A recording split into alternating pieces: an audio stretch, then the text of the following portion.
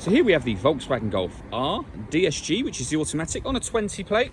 I'm going to start off by showing you around the outside of the car, and then we'll hop in and run through some controls on the inside.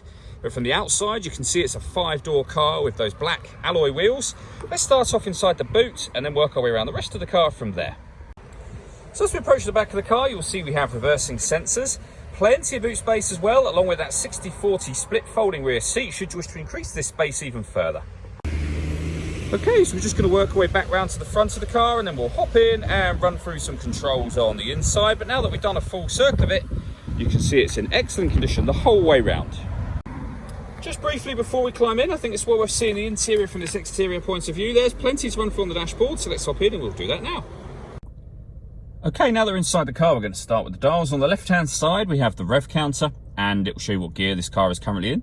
On the right-hand side, we have the speedometer and a digital readout for the speedometer and the fuel gauge just below that. In the middle, you can see the total miles for this car, which are 1,306. Above that, we have a trip computer.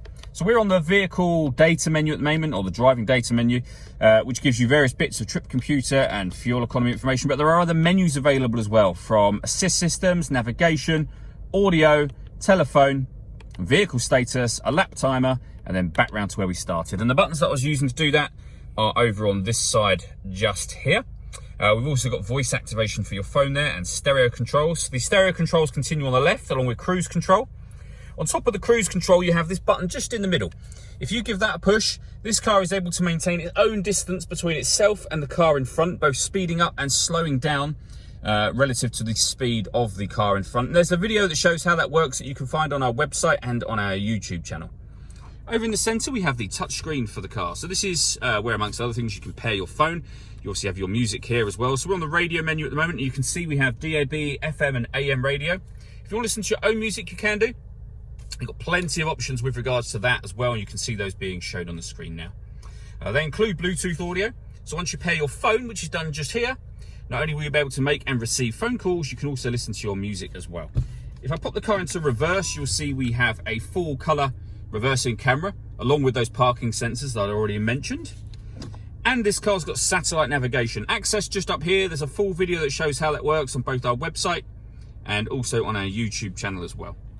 Working our way down, we have the dual zone climate control. So you can adjust the passenger and driver temperatures, the fan speed up and down. You can determine where you'd like the air to be distributed. When you're happy with those settings, the air conditioning is on at the minute, so off, or back on again, or hit auto, and the car will take control of the fan speed and the direction of the air to maintain the temperatures that you've selected just here. And you can override that whenever you wish to. Also, we have heated driver and passenger seats. Both have 3 different heat settings each. Under that, we have this storage area that opens up. If I move the gear lever out of the way, you can see in there we've got storage and the USB input as well. We have the gear lever for the fully automatic gearbox. This button turns the parking sensors on and off again. This one starts and stops the engine. And then over here, you can turn the traction control off. You can turn the stop and start off. This car is designed to cut out when it's stationary in traffic, which will save you fuel after you turn that system off. And then lastly, mode will change the driving setup of the car. So you can have the car in eco, normal, race, or individual. And under individual, these are all of the things that you can customize yourself.